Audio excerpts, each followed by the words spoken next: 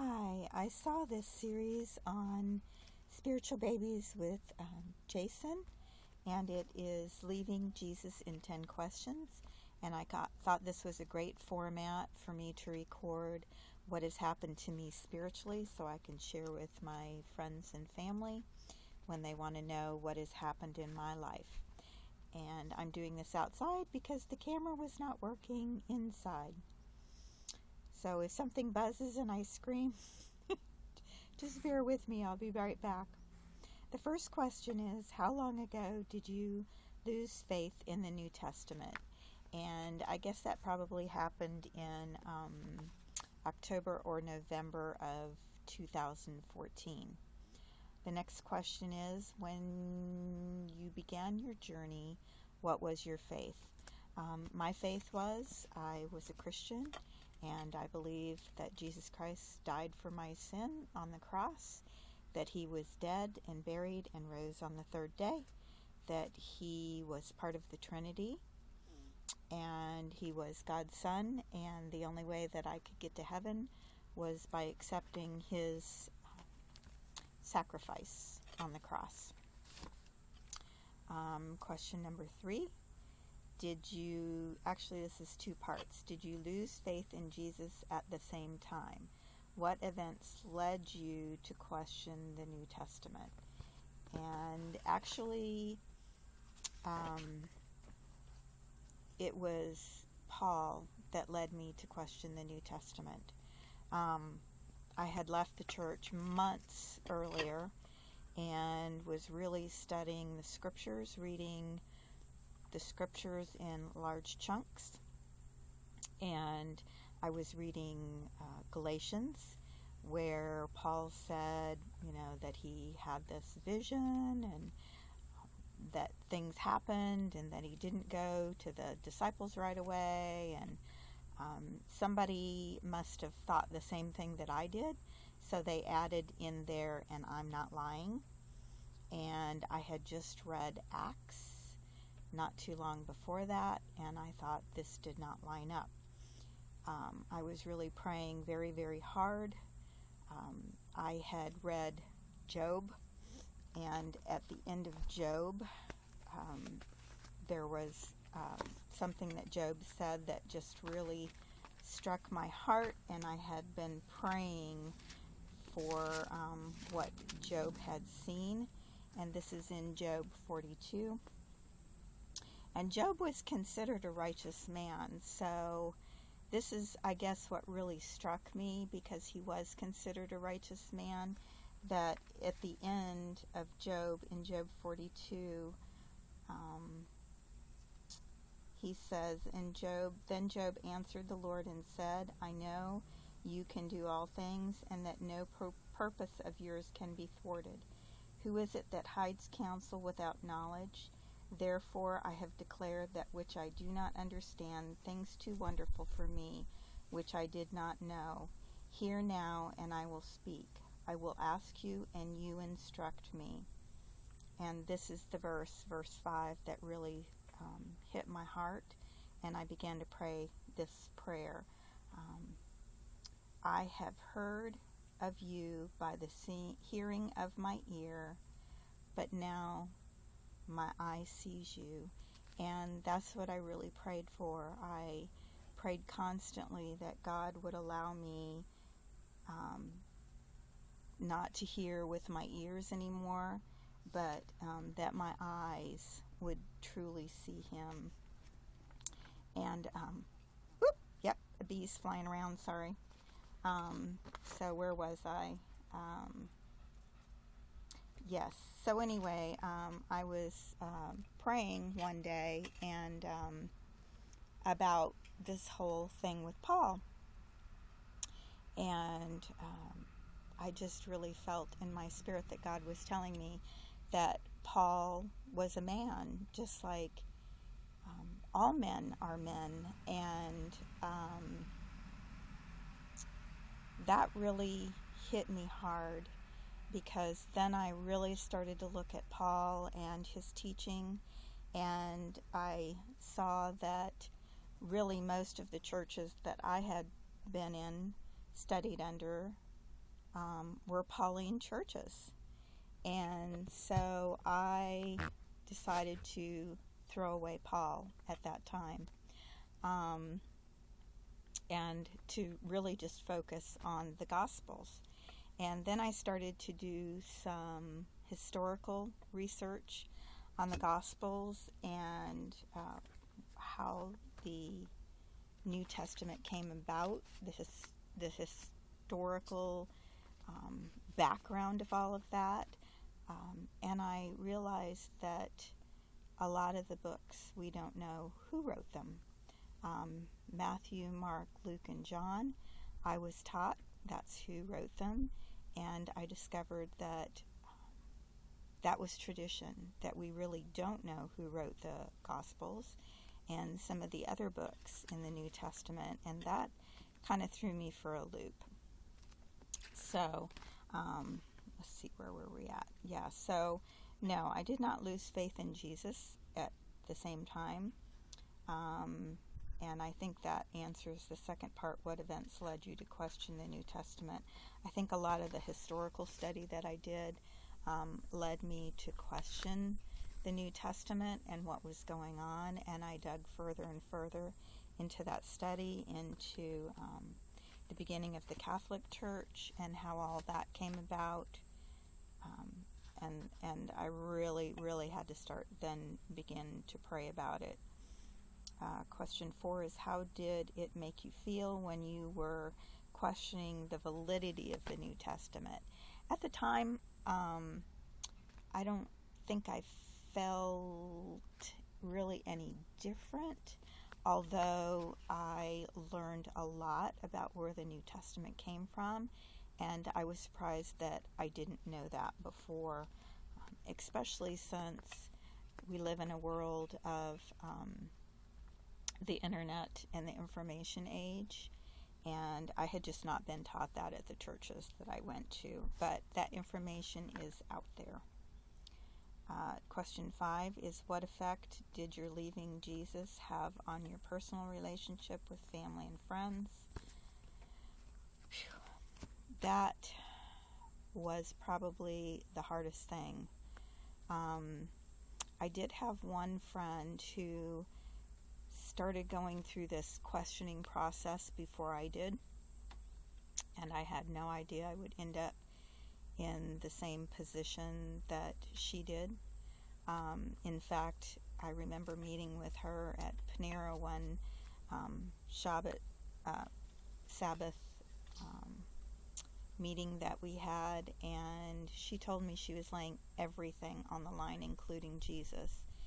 And I went home and I cried and cried and cried, because I felt like I was going to lose her as a friend, because I felt like she was going to, I call it the dark side, the New Age movement, only to find out that I would end up in the same place she did.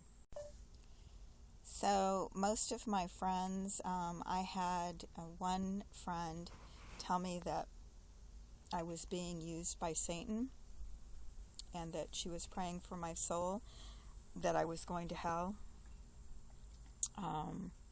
I had people who just totally ignored me. I had a couple friends who told me I needed to stop reading the Old Testament.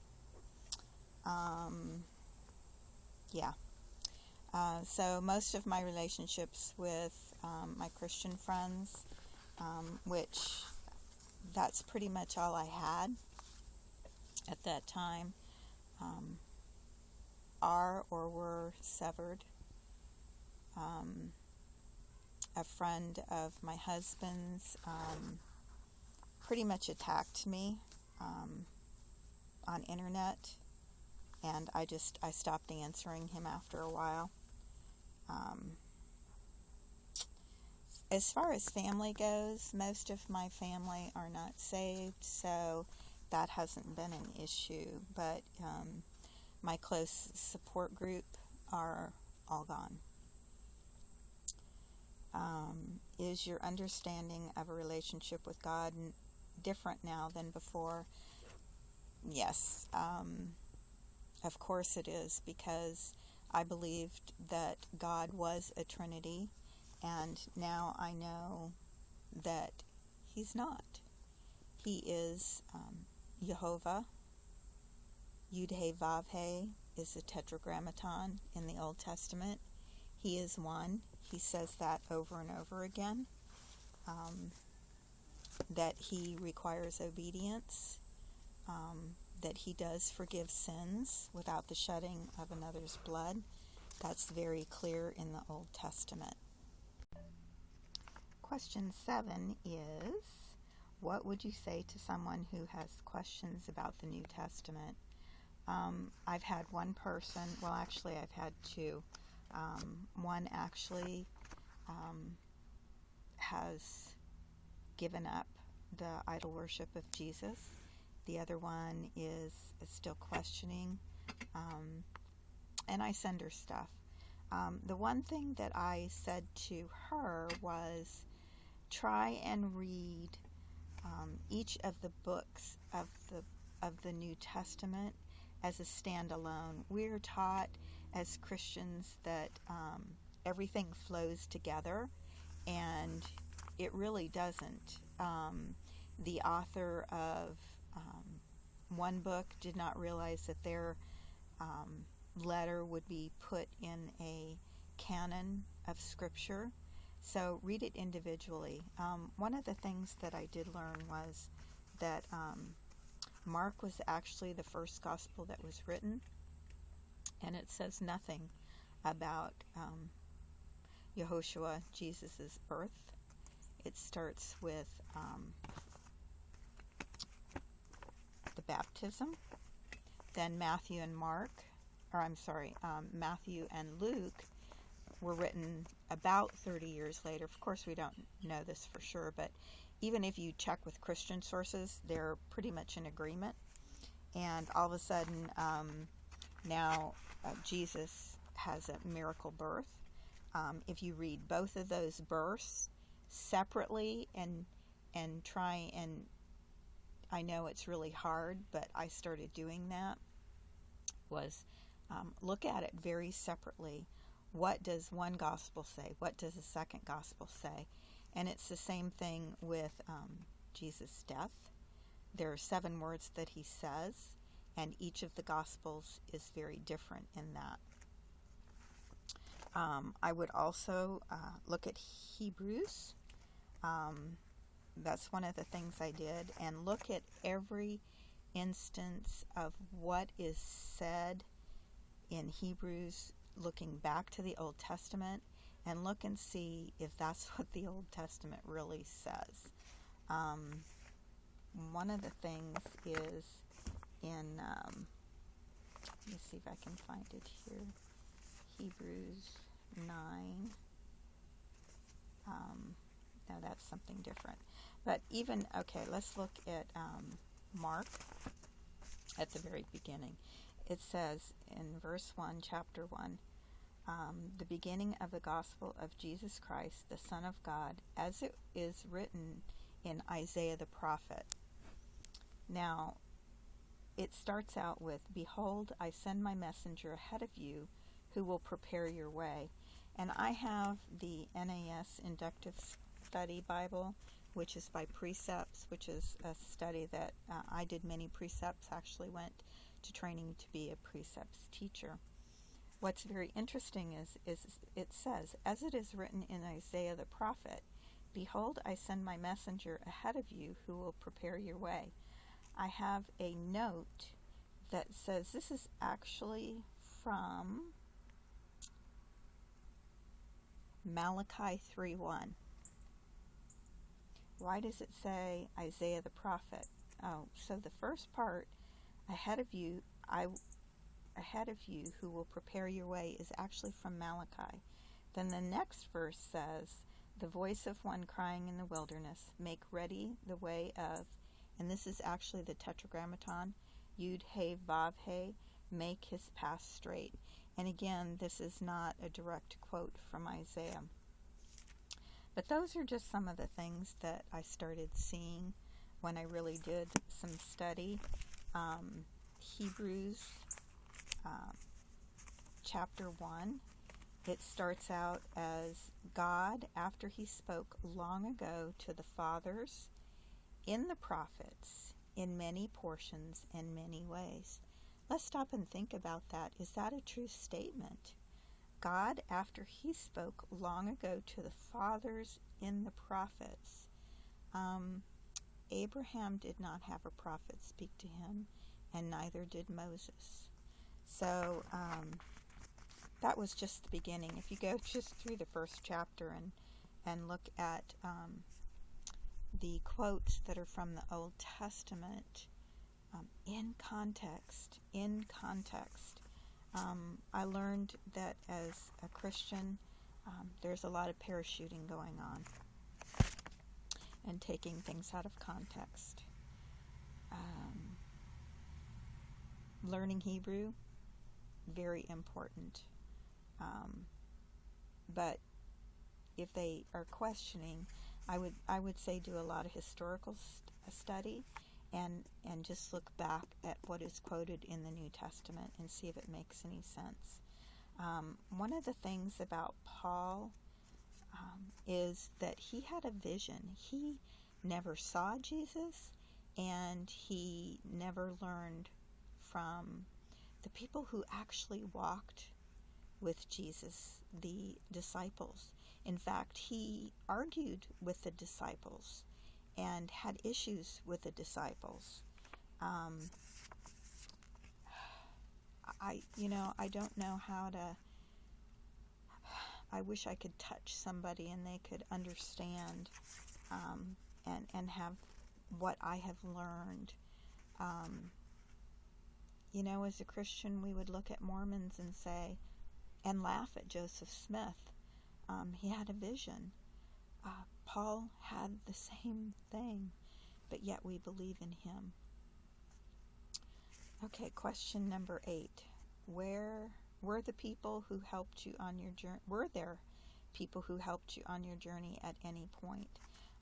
Yes, my friend who was going through the same thing I was going through, we used to sit down and talk and look at the scriptures and encourage each other.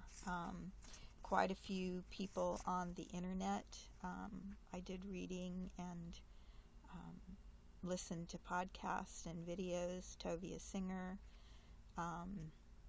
Nehemiah Gordon, Jono Vander, I think his last name is.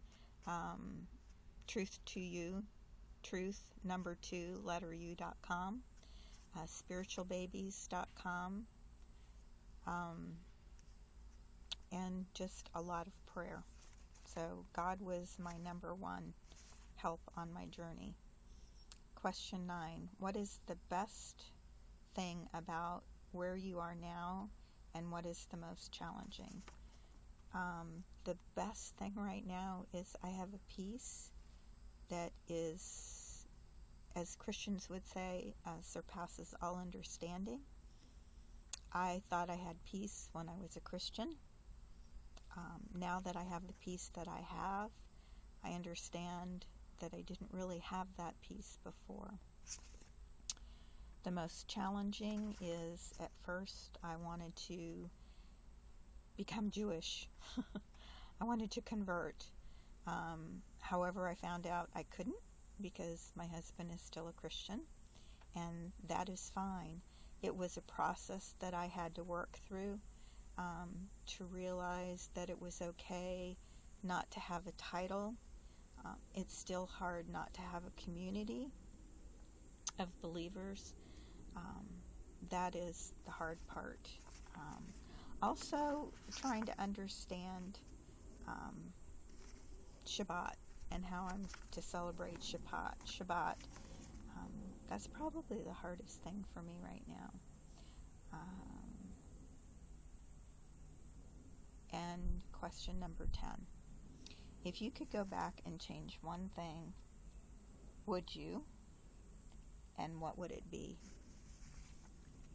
And truthfully, I don't think I would. At first, I was extremely angry that I was deceived and that I let myself be deceived, that I personally was not studying my scriptures the way I should have to know all of the things that all of a sudden I discovered. But I don't think I would change that, because one of the things that Tovia was teaching when he was teaching on the 10 words, not the 10 commandments, the 10 words, is that the first 5 and the second 5 actually line up. And when it talks about honor your father and mother, and then it talks about coveting, those two actually go along with each other, because if you are coveting what somebody else has, their life, what you're saying is you're really not honoring your father and mother, and you wanted to be born to somebody else. And I did learn that I'm very thankful that Jehovah allowed me to go on the path that I went on, but that he brought me out. And that I have all the knowledge and understanding of the New Testament, so that I would not be confused if somebody shared those with me, because I was there. I believed in it all. I know a lot of Christians would say or believe that I really wasn't saved, and I was. I know I was. I was there. I walked in those shoes. God was always there for me. It was God, it wasn't Jesus, and that was one thing that he showed me. He has always been there for me. Even though I was semi-worshiping Jesus, it really was God who was answering all those things.